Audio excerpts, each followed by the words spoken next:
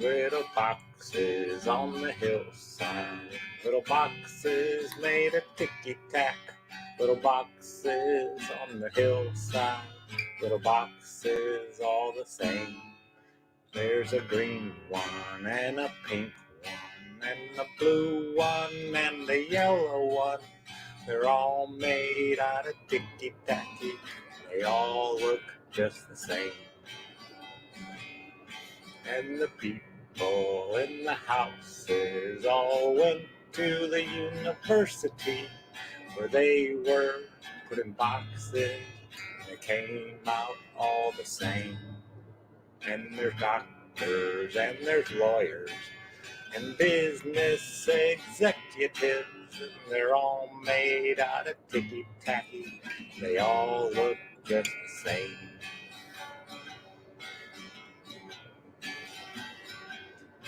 And they all play on the golf course and drink their martinis dry.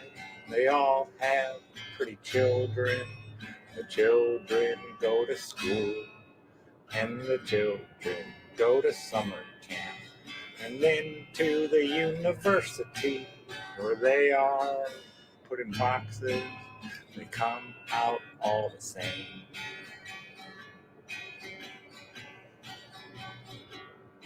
And the boys go into business and marry and raise a family in boxes made of ticky-tacky.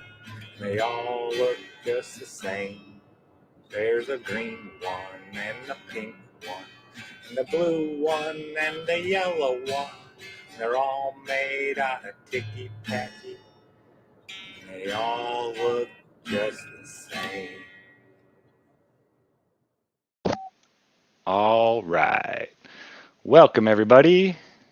Zachary Zabala here, or Good Times for All if you prefer. Yes, we all need to be living outside of the boxes that they're trying to constrain us in.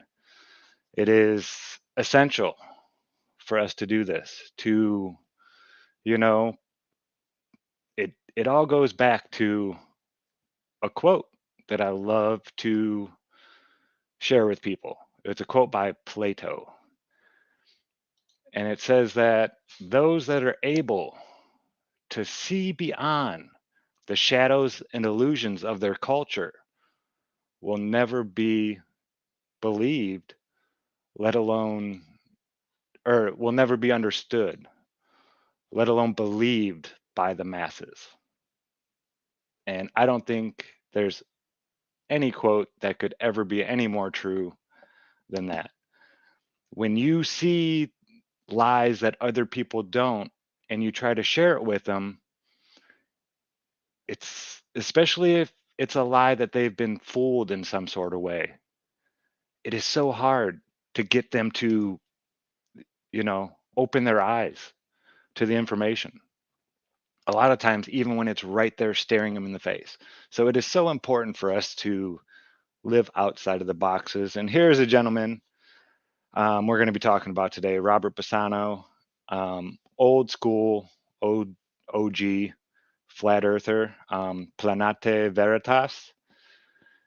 I learned quite a bit from this man. Those of you that know him, he's, I don't know. I never had a problem with him, but I know there's a lot of people out there who've had somewhat altercations, you could say, with Robert. And he's a very no nonsense. He sees things a certain way and he speaks his mind, which I love about that. Um, you may not know him by name, but he's the gentleman that made so many phone calls to, NASA and the guy who runs Hubble and all this other stuff and got them to admit things that, you know, they won't admit openly. This was on a phone. He was talking to these people. Yeah, it's amazing. The stuff that he's done, he hasn't done a lot in a while, but 6 years ago, he was very active. Go check out his channel because it's just full of really great stuff. And one of his sayings, it's not what you know, it's what you can prove, and that is so true. Um, it is all about what you can prove. It really is. And the stuff that he shows in this video I'm about to share with you, we're not going to go into his video too much. I'm just going to go over one of the PDFs. Actually, if you go to his, you can't actually get there anymore. Which one is it? Yeah, Space and Missile System Center. This .gov file, FOIA, declassified, is no longer there. I dropped the link in the video that I put out where I found it. And that is, let's see. Oh, I don't have it pulled up. I am sorry. So yeah, I have the link to his channel and a link to this video that you're seeing right here. All satellites are on balloons and 50,000 foot altitude flight restrictions. So yes, it's he's a very good researcher. He did a whole lot of research on this stuff back in the day, and it's really prevalent now with all this balloon talk and everything. People are, oh, this and that about balloons and this and that, and this is declassified document we're going to be taking a look at here. It's let's see. Yeah, it's a PDF share. Here we go. This is the Space and Missile System Center, Los Angeles Air Force Base. Oral history program. Interview with Lieutenant Colonel Harold E. Mitchell and the Corona program. Interview number 6. So I'd like to see some of the other people that were interviewed here. I bet that'd be interesting. Now, Robert goes through a lot of this stuff with the fine-tooth comb. After this video, I recommend everybody please go over there and watch the video in the description that I have below, because he really breaks it down. And I'm just going to kind of point out some of the stuff that I saw when he was when I watched the video. Now, the first couple pages is all about his history, World War II, World War One. He was enlisted, and or in World War II, enlisted as a bombardier gunner, yada yada yada. He goes through his history, talks about, let's see, the amount of missions, just his time in the military, how much he got paid. See, it's interesting to see what life was like back then, but that's not right why we're here today. We're going to be looking at, let's see, he was a captain.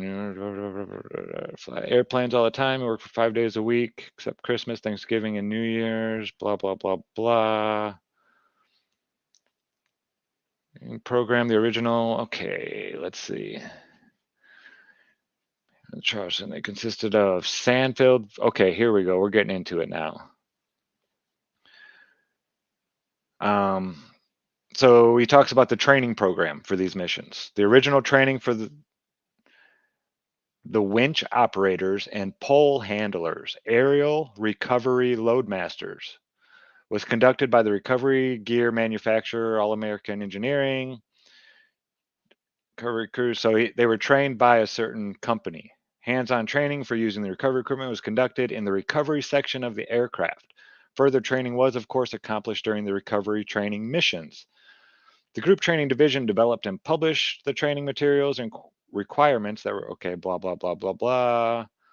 Let's see. He asked them like how big and stuff like that. Okay, the training, it was 50-gallon drums that were about 300 pounds, concrete blocks, simulating these gondolas. And these were just attached to parachutes. This is just the training they're talking about.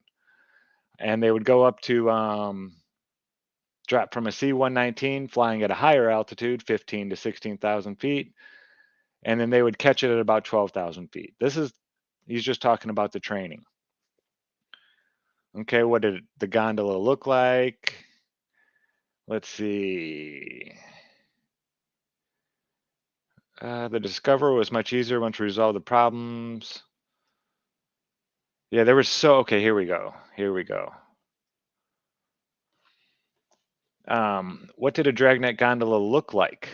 Well, we used similar parachutes, except the Corona program or Discoverer program only used one chute. Now, if you go look up today, because I did this yesterday, if you go look up the Corona program, they're going to tell you that these things were in satellites. This is a satellite that has a parachute package, and they fall it back to orbit. They have it fall back from orbit, and then they catch it. But listen to what he says. He's talking about, you know, these other programs that use the same thing. We used 4 28-foot parachutes for a dragnet gondola, and they did all of the chute modification at the parachute shop. Blah, blah, blah, blah. You'd attach the gondola, and then from the middle of this, on a longer tether, you would have a smaller chute, and we called a drogue chute.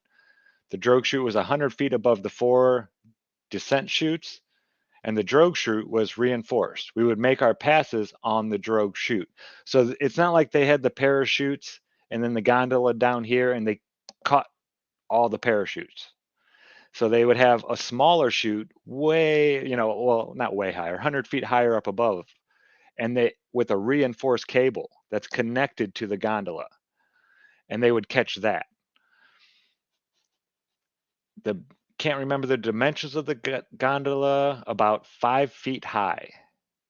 It was just as wide, except the bottom of it was beveled on each lower corner so that your side-looking camera were aimed out at an angle. So it came down like this, about a 5 foot by 5 foot box, and then it did this at the bottom so the cameras could shoot out. Remember, these are all reconnaissance cameras. The other camera was straight down. At the top of the gondola had a compartment for the parachutes and all that stuff. A lot of it had to be the parachutes, but the whole capsule was 1,450 pounds when it was airlifted. The gondola had a huge balloon. Again, the gondola had a huge balloon. I mean, a huge balloon. You could see it still at 60 to 85,000 feet. Now that balloon would have to be enormous. You wouldn't see a plane flying at 85,000 feet. No way. Did you ever see a Genetrix balloon get inflated and then lift off? Did you see that process? Once, but I didn't see the beginning of it. I saw it when it was about 3/4 filled and then the liftoff. Now, this was only in the training phase of our operation in the summer of 1955, and that was done in Denver, Colorado at Lowry Air Force Base. The one that I watched launch, they had to put the capsule on a forklift.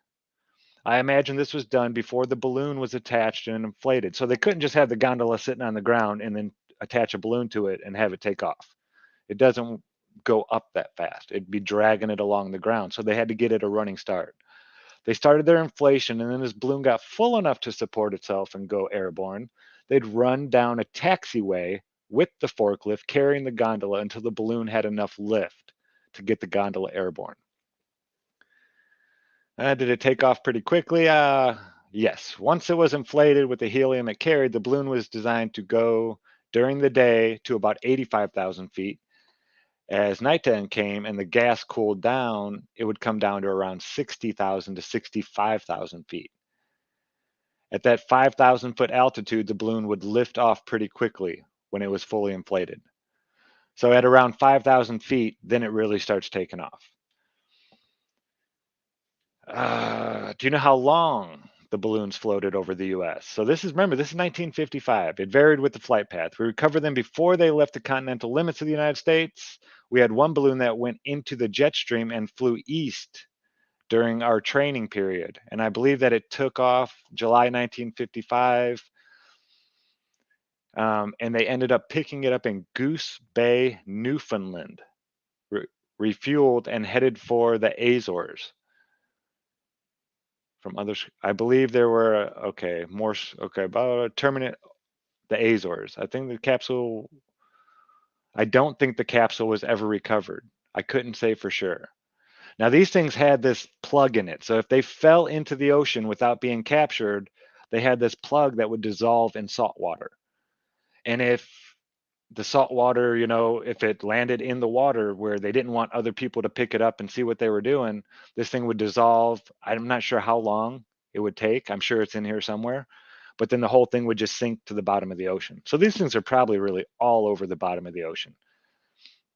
But actual water recovery there. So and rescue training. Okay. Off Lake when they're training pretty extensively throughout 1955. Wow, they expected us to lose. I think one estimate was 50% of our crews because of the water recovery and that type of operation. So when they did go into the water and try to recover them when they could, it was still very dangerous. Wow. Let's see. Let's get some more questions because I know he talks about how secret these things are too. Even back, now remember, this is a declassified document. For a while, this wasn't able to be seen by the public.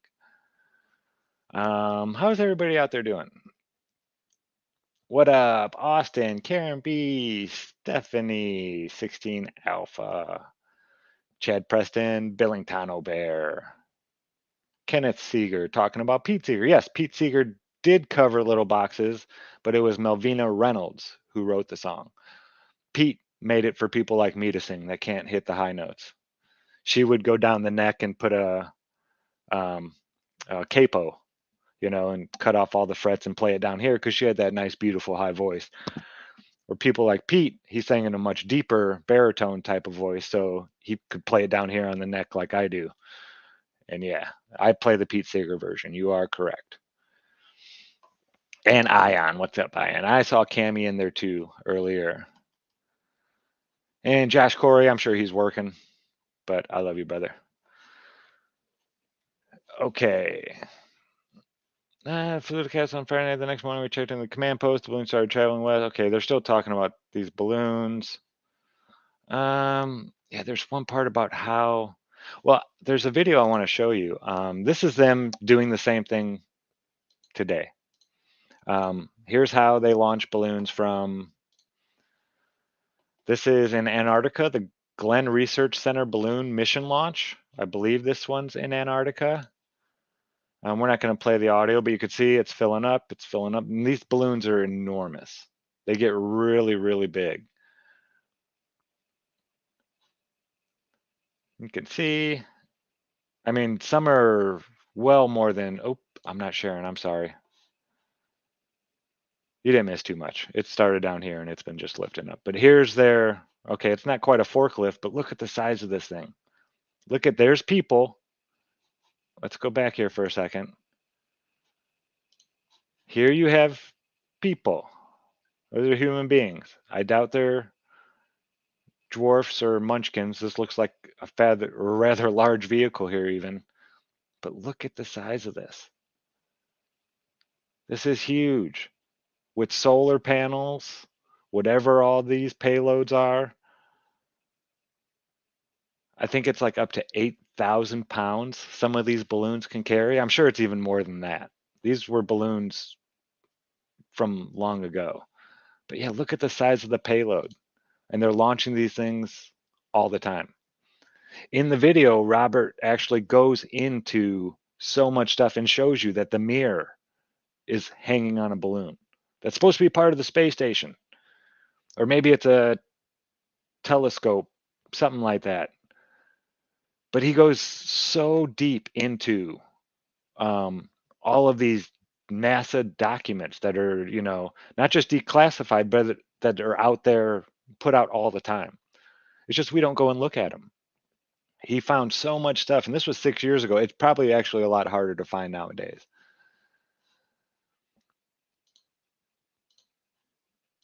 But yeah, please go watch his video on this because he goes through it a lot more. Okay, in depth. Once you recovered this gondola, what happened to it at that point? We made the recovery on it, brought it back in. We were very low on fuel, blah, blah, blah, blah. After you landed, Dropped the gondola. How did they unload it and take it away? They sent people out and it was offloaded. Where they took it to and what they did with it afterward, we didn't know. That was not our mission. So these guys had no idea what the pictures contained, anything like that, where they had been. They know it's coming down and I need to go grab it. Dragnet was a top secret operation, gondola and all. The only thing that we were concerned with were the people who were not connected with the program, that they had no opportunity to see the gondola. So we carried sidearms. This is where it gets interesting. The only thing that we were concerned with were that the people who were not connected with the program, that they had no opportunity to see the gondola. You couldn't even lay their eyes on this gondola. Bobo! Big shout out to Bob in chat. Much love, man. So one time, and so they carried sidearms to make sure that nobody saw these gondolas. That's how hush hush and top secret this stuff was. I had an instrument problem on an airplane at Offutt Air Force Base, and the people came out to refuel the plane. I filed to come back to Charleston as soon as they offloaded the gondola. This was on a Sunday morning. I had gotten there late Saturday night. The base operations officer said that he was going to come on board. He wanted to check my form 21A, which is my maintenance form. I had lost an inverter and I had a bad generator, but I didn't want to fool around, stay at Offutt Base on a weekend trying to get it repaired. He was lieutenant colonel and he tried to come on board our airplane. Now, if you guys don't know, lieutenant colonel, that's up there. Those are highly ranked officers. And he's just a captain, which is much lower than the lieutenant colonels. I said, I'm sorry, you're not allowed on board. He stepped up the ladder and started explaining that he was a silver leaf lieutenant colonel. The silver leaf is the lieutenant colonel. And I was wearing tracks, which means you're just a captain. About that time, he heard the rifle bolt of a carbine slide home.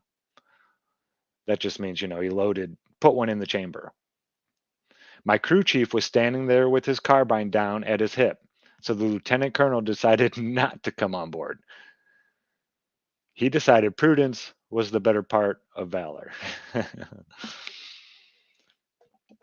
And he doesn't really pry too much more into that, but that shows you how serious they were about the orders, and they had the right to kill people in their same military. This isn't landing in a foreign country and not allowing somebody that's higher ranking than you to come on and see it.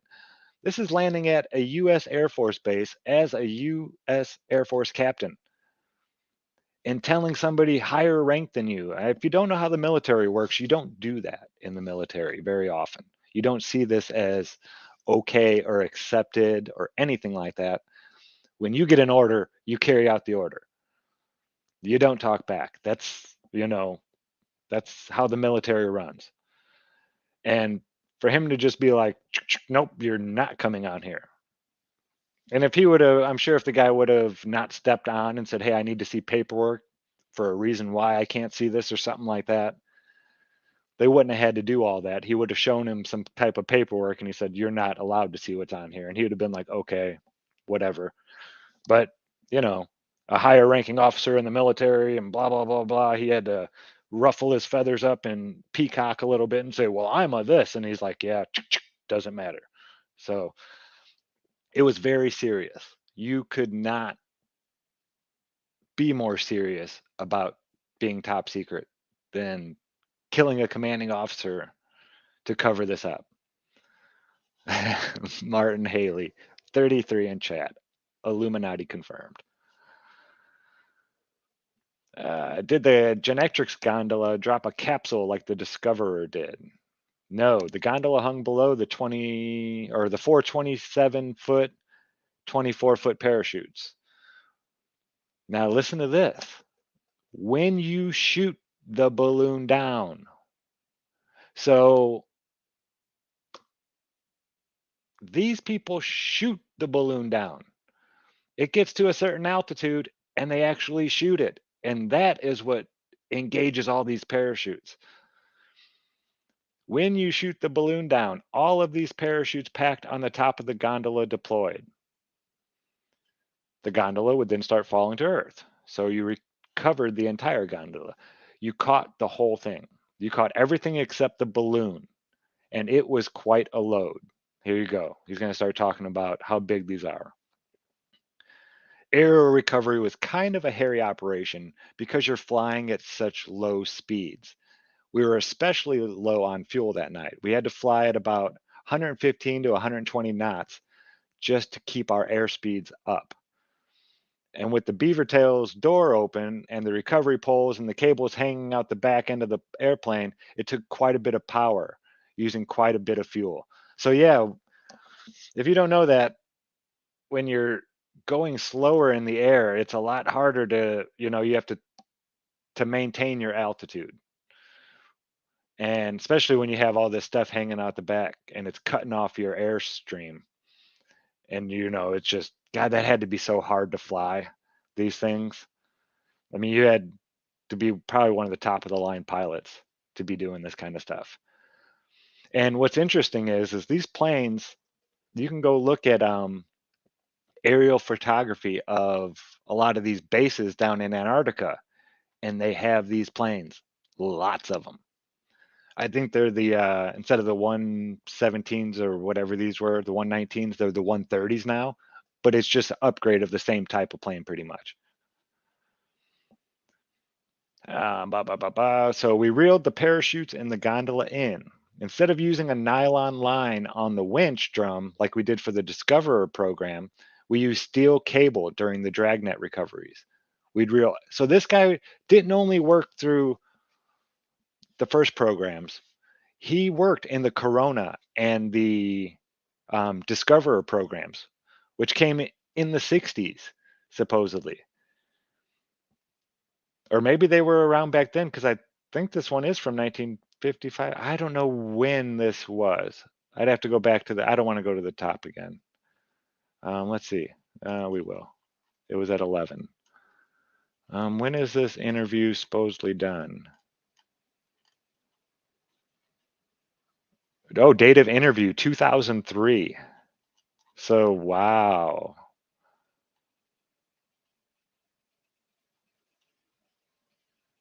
Wow, I can't believe they were letting him talk about this stuff.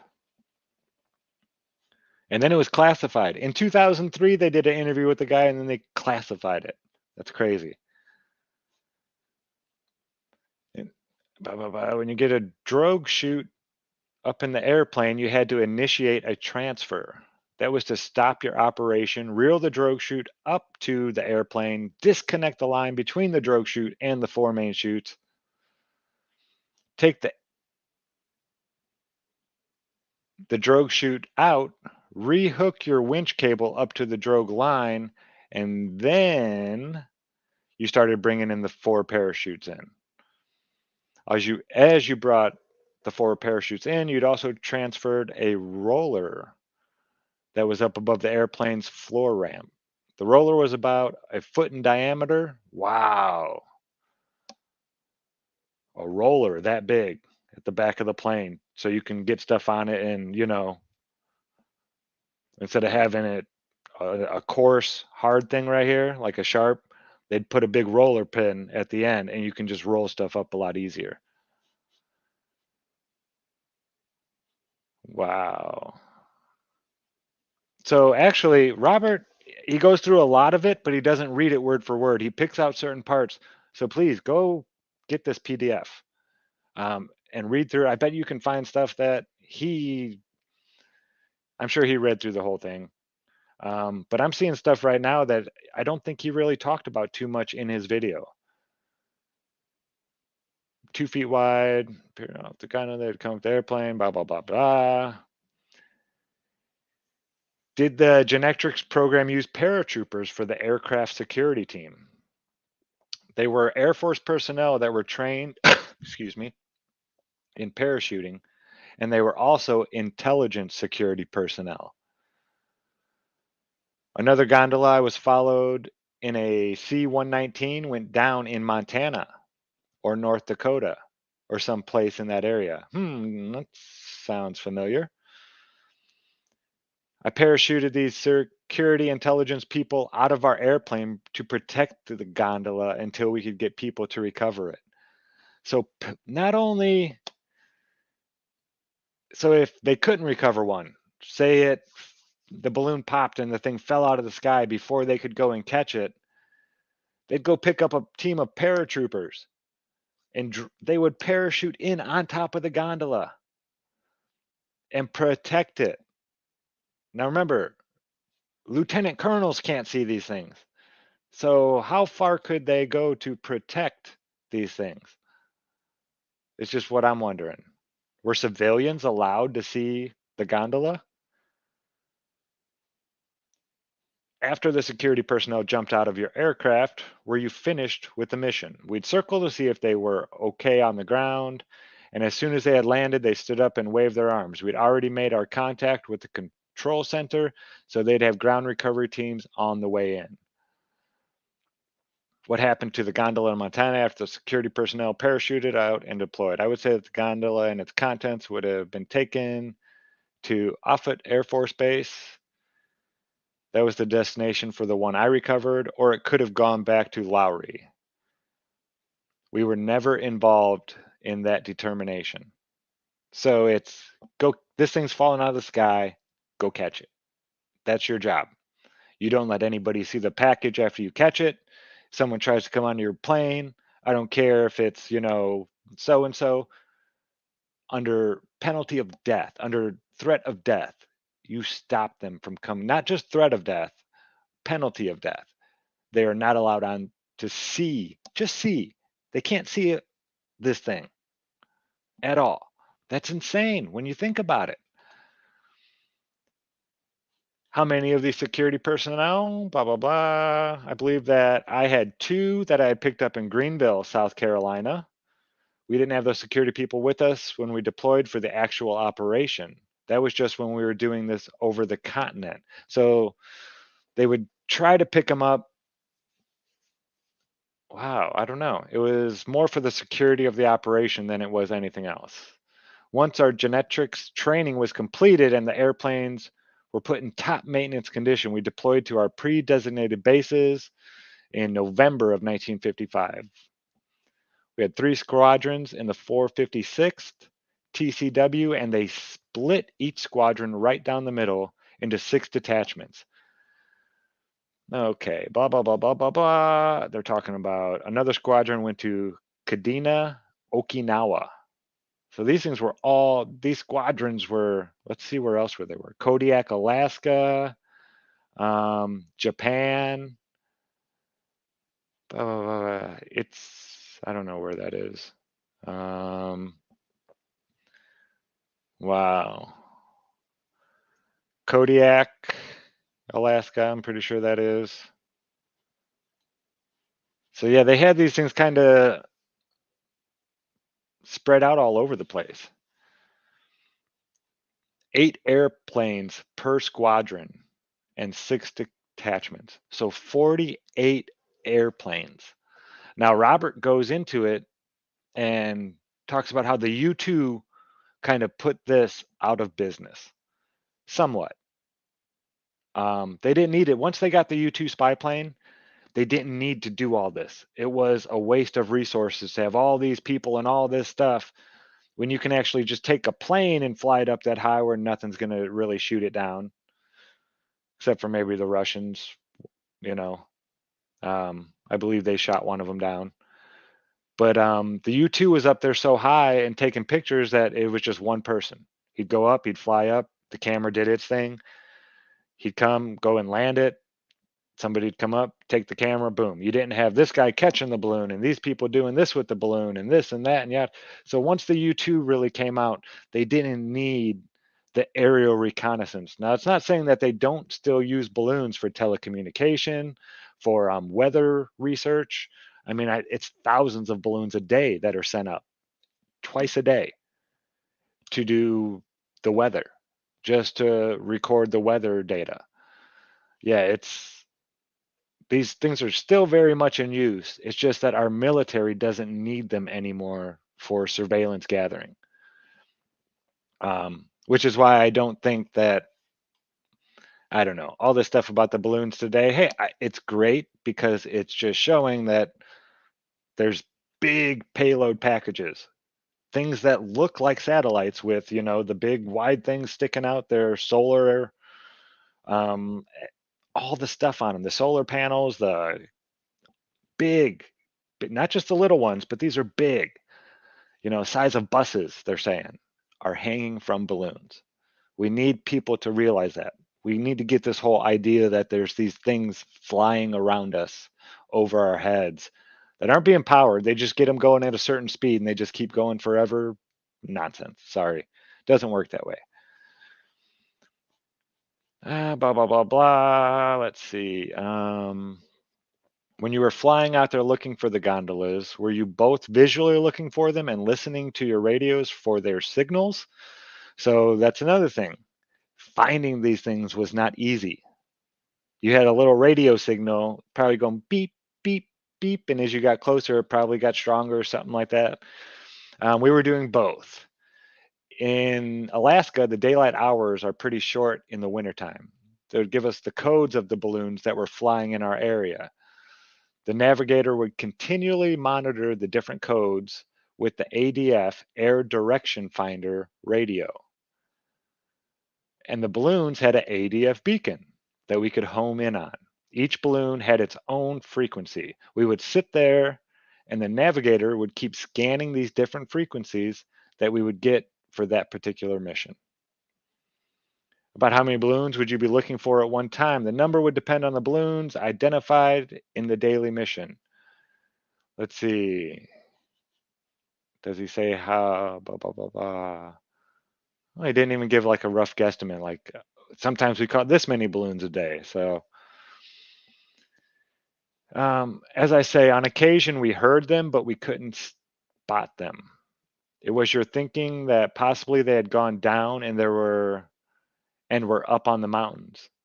If you were above, I think it was 10,000 feet, the beacon would continue to function. We thought that they went down and were in the snow on the Brooks Range or in some of the other mountains up in Alaska.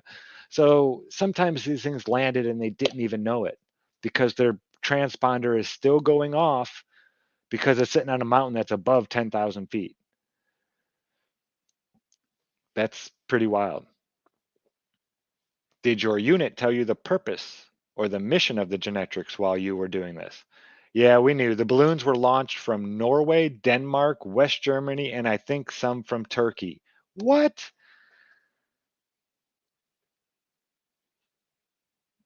There was an article in the Time magazine about the Russians complaining about our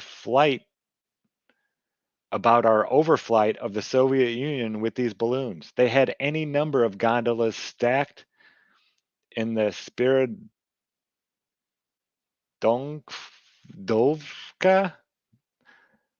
the palace, driveway of foreign minister. Wow. He had many of them. So the Russians were getting these things. Yeah, man, this is a blast from the past. I started watching through some of the video yesterday just to find out where some of the spots were. I wanted to make sure I highlighted so you guys could see them. But that is just awesome, the stuff that's in here. Yeah, we need some people to go through all this and really, which operator in the back, blah, blah, blah. Were your aircraft commander throughout? Okay, yes. Okay. Wow. None of the pilots associated with the project were ever permitted to see any of the Genetrix film that was recovered. None ever. The film was stored in the vaults at Air University at Maxwell Air Force Base, Alabama, the last I heard. I was at the Air University Film Library in 1957. I wonder if a lot of the high altitude footage that we see from NASA could be found in these vaults. They were said to be taken from, the wherever. I bet a lot of their videos would look a lot like what we would see, or the pictures would look a lot like these. Because even at 30,000 feet, 35,000 feet, stuff looks really small down there. You can see a long way.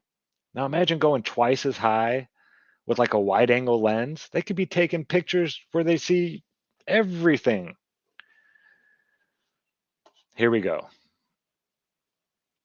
I didn't have need to know about. Okay. I asked if I could see the film. Okay.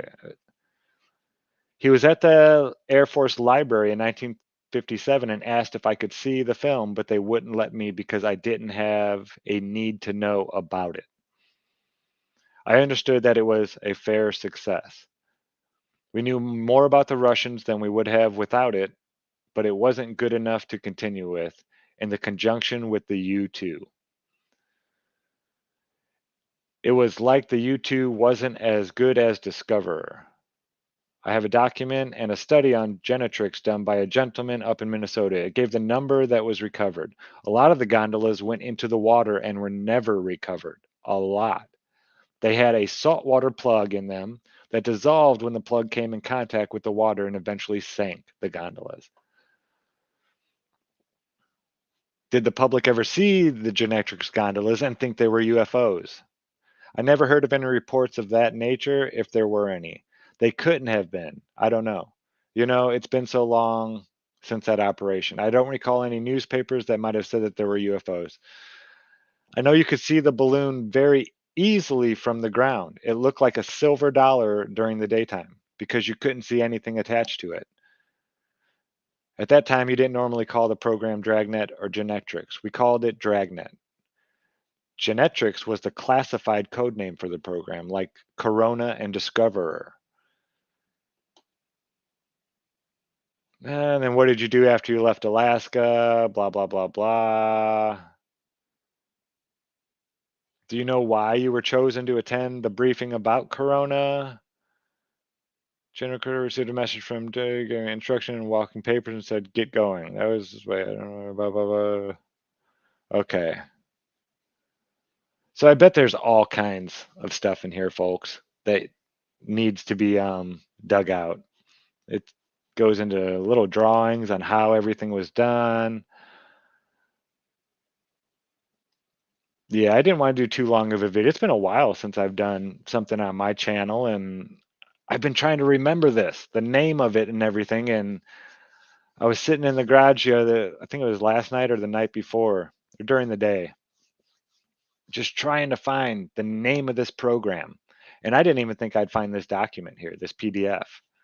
Because when you go to Robert's channel here, let me see.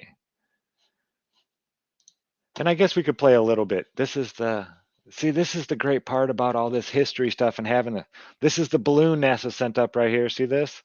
1,000 miles, supposedly.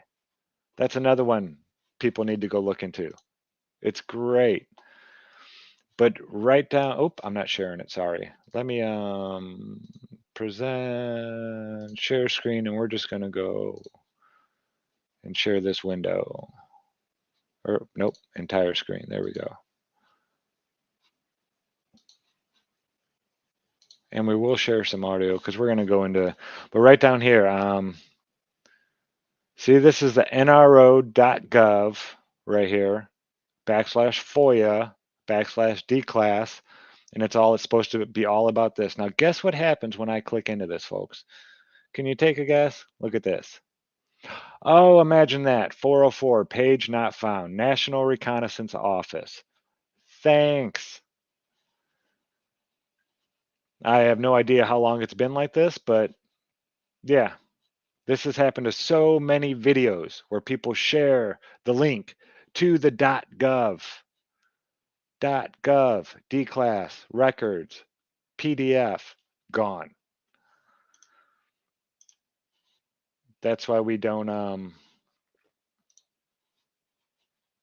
it's, keeping this stuff and putting it into a file is so important. Downloading it and saving all this stuff. I'm I'm starting to actually take my own advice and do this kind of stuff, because when things like this pop up, balloons and we need to, who's using balloons? And we can go back to the videos that were made 6 years ago that blew everybody away back then, especially with all the new people, and say, hey, look, this is what's going on. This is some great research by a guy years ago that is explaining all of it and how we've been using these balloons for so long. So we're just going to skip through. Cannot see it. Whoa. It's loud. Sorry about that. I'm not monetized. So if Robert wants to maybe get a couple bucks off this, whatever. But he goes way deep beyond this interview. He goes through the interview quite a bit, as you can see. But then he starts getting into his bread and butter. We're just going to listen to a couple minutes of him explaining what he's talking about here. Sweden. Okay. Now, let me take you. Wait, let me go back just a second here. There we go. 10 seconds. I just wanted to show you guys this. List of all balloon launches from This is Esrange list Space of Center. all balloon launches from the Esrange Space Center in Sweden. Okay. Now, let me take you to the Swedish Space Center. This is going to blow your mind. And here is the Swedish Space Center website. It's in the description section of this live chat session. Let me get my ugly face. This is the Swedish Space Center. And as you can see, they have balloons and rockets, payloads. This is their website. Sweden. 6 years ago, this is their website, though. Okay. It's the Swedes. Here's their space center. They do balloon launches. Now, let me take you the document I downloaded from their website. See, that's what I'm saying. All this stuff is available. This is a list of balloon launches from the Esrange Space Center starting December 9th of 1982. Remember that term, SAMOS? Okay. Here we go. History of satellite reconnaissance, right? This was declassified May 7th of 2012. All right. These flights took place somewhere between 63, 65, 72. But again, I don't get too focused on the date and time frames. I just want you to see how long these programs have been in existence. Okay? I want you to see how long these programs have been in existence. You can read these documents for yourselves. We don't need to keep going through all this stuff together. I put a lot of this shit out for you people so that you can see this. You see they talk about weather satellite program, mapping satellite program, realignment controversy, new directions in satellite reconnaissance.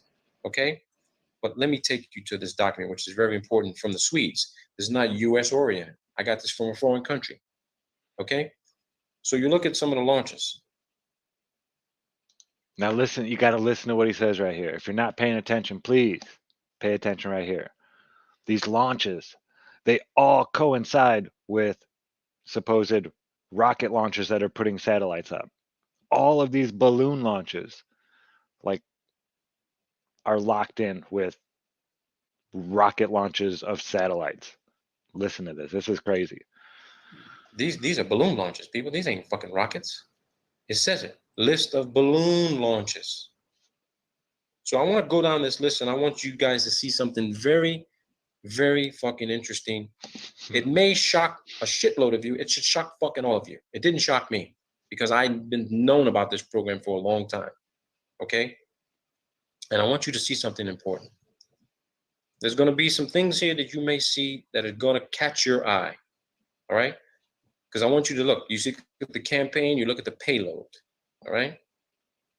You got campaigns and payloads. And we're not going to go through all these codes, but you're going to see something that's going to catch your attention. All right? We're going to keep going through this. All right? Keep going through it. You're going to see something that's going to catch your fucking attention, that's going to blow your mind. I want this right here. I know this. This is a satellite. I'm going to take you to this too. There's a video of it online. Anybody want to search this right now? Type this in. That's ELHYSA space 3. You know what? No, we're not going to do it live right now. Yeah, let's. You guys want to do it live right now? Let's see if we can't find this. So ELHYSA.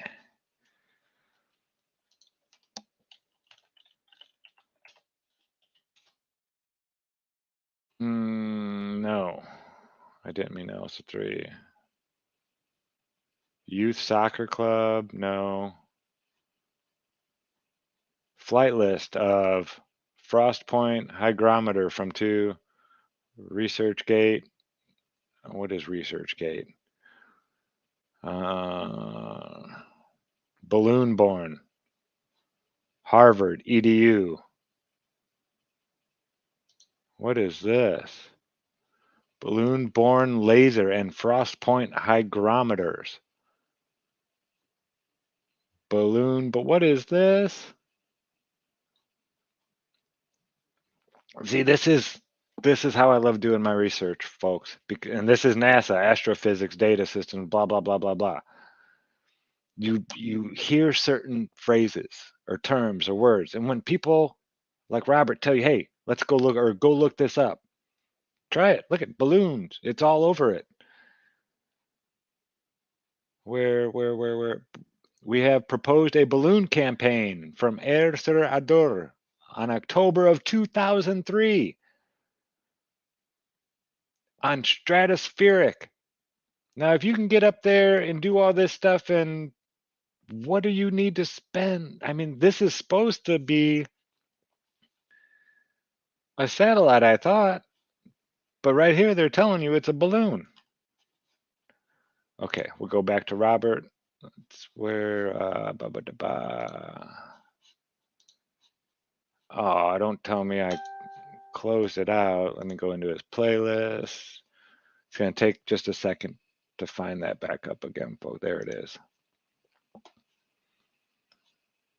And we'll go over here. We'll listen to him a little bit. Hypothesis. You ain't got no documentation to fucking back it up. You just want to show they got relationships with all these fucking space agencies. Balloons, people. You can't come in Europe. You ever heard of Enviasat? Yeah, we got to hear. You got 2 VLD. Look at here. Oh yeah, this is where I wanted you to see. Every single one of these flights to match it up with a particular.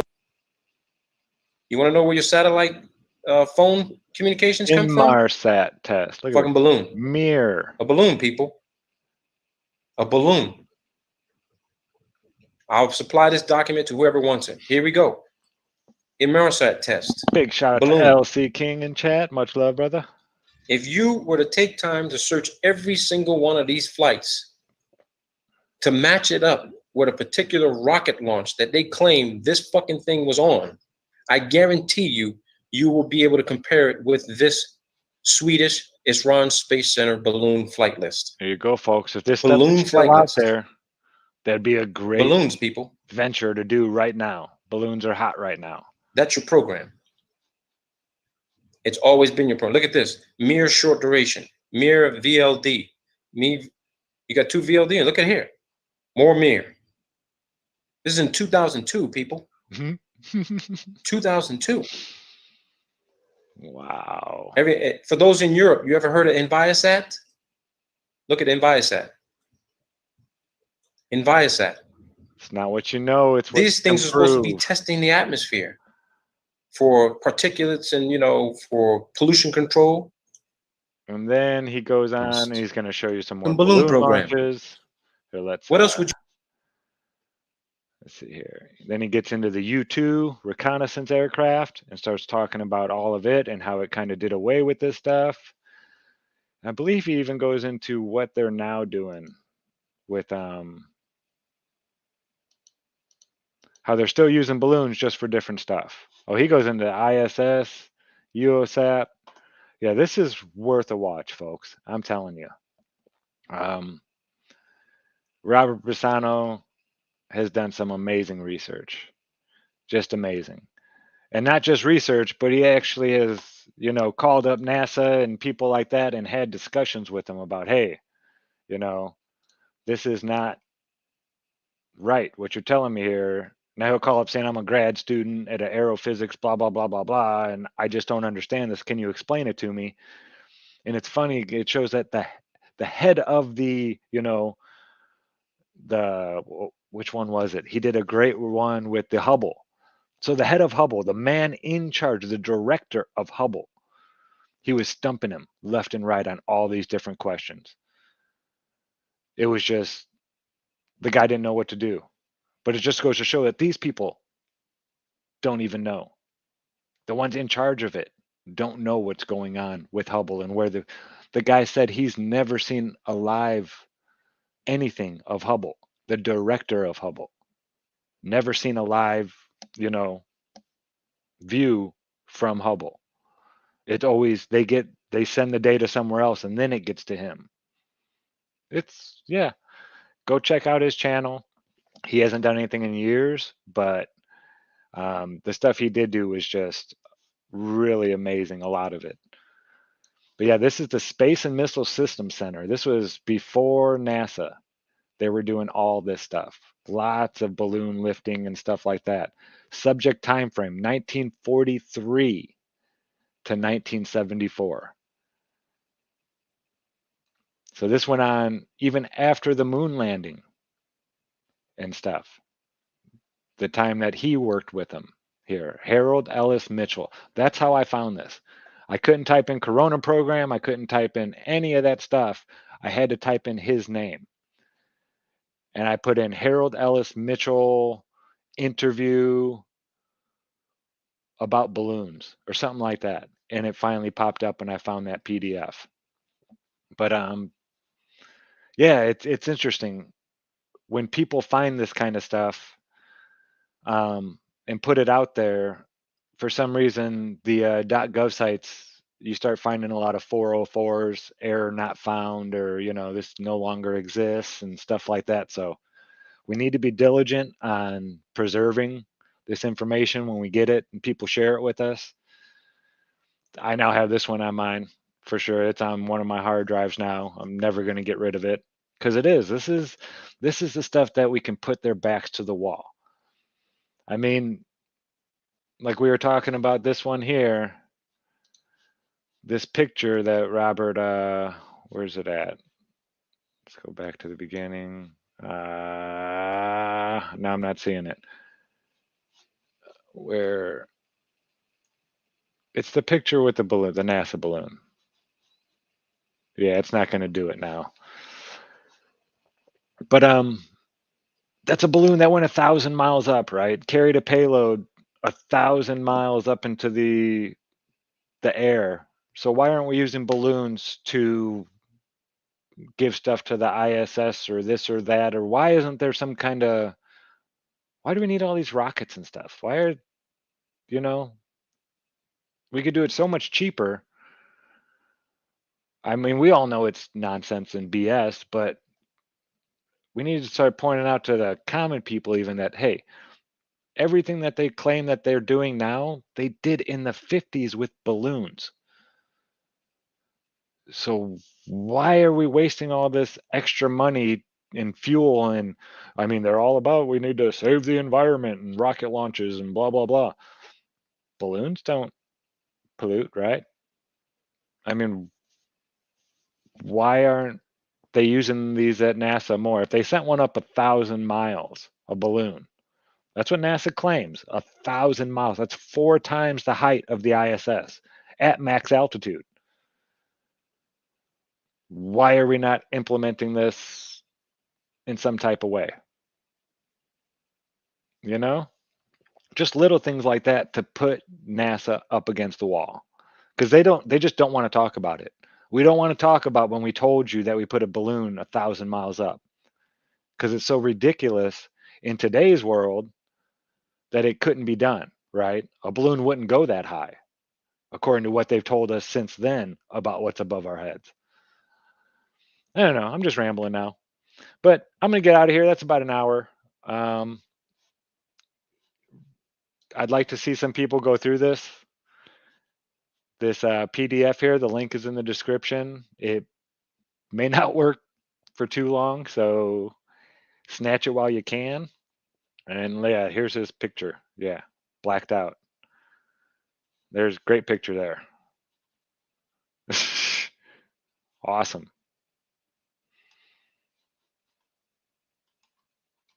But yeah, there's just so many gems and jewels. I think I even found some in here that Robert didn't mention in the video of his. But please, yes, it's on the channel. His channel is in the link, and so is the video. But this video is just amazing, folks. Yes, he swears and stuff like that. You know, more than I should say. But the information is priceless. So go check out his channel. Like I said, he hasn't done anything in a while, but he is, I guess. I know he's in the background still, an amazing researcher. And yeah, I bet everybody can learn a little bit of something from this video. I did, even watching it again yesterday, because it's been so long since I saw it, 6 years ago. It's amazing to think that we've been at this for so long and we're forgetting so much that we had learned.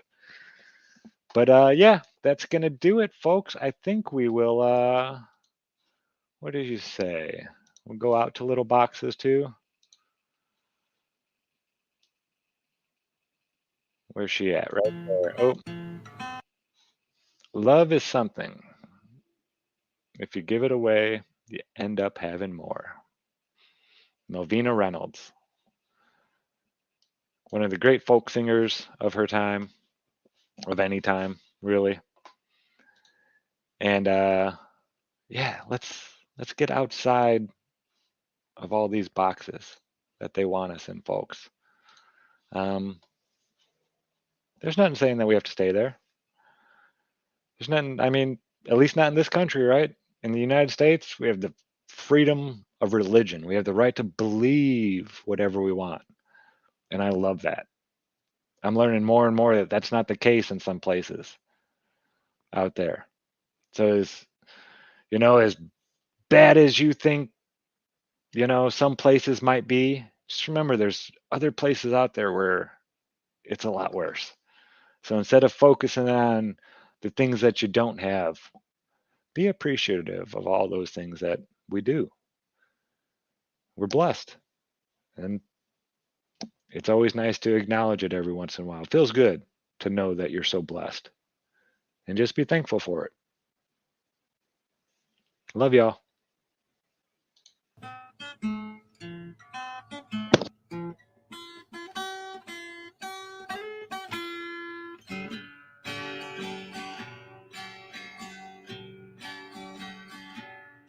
Little boxes on the hillside, little boxes made of ticky-tack.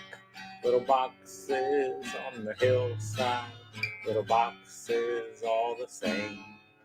There's a green one and a pink one and a blue one and a yellow one. They're all made out of ticky-tacky. They all look just the same. And the people in the houses all went to the university, where they were put in boxes, and they came out all the same.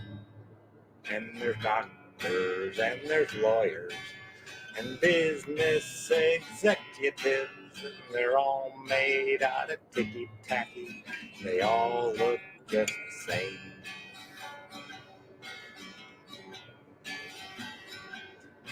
And they all play on the golf course and drink their martinis dry. They all have pretty children. The children go to school, and the children go to summer camp, and then to the university, where they are put in boxes. They come out all the same.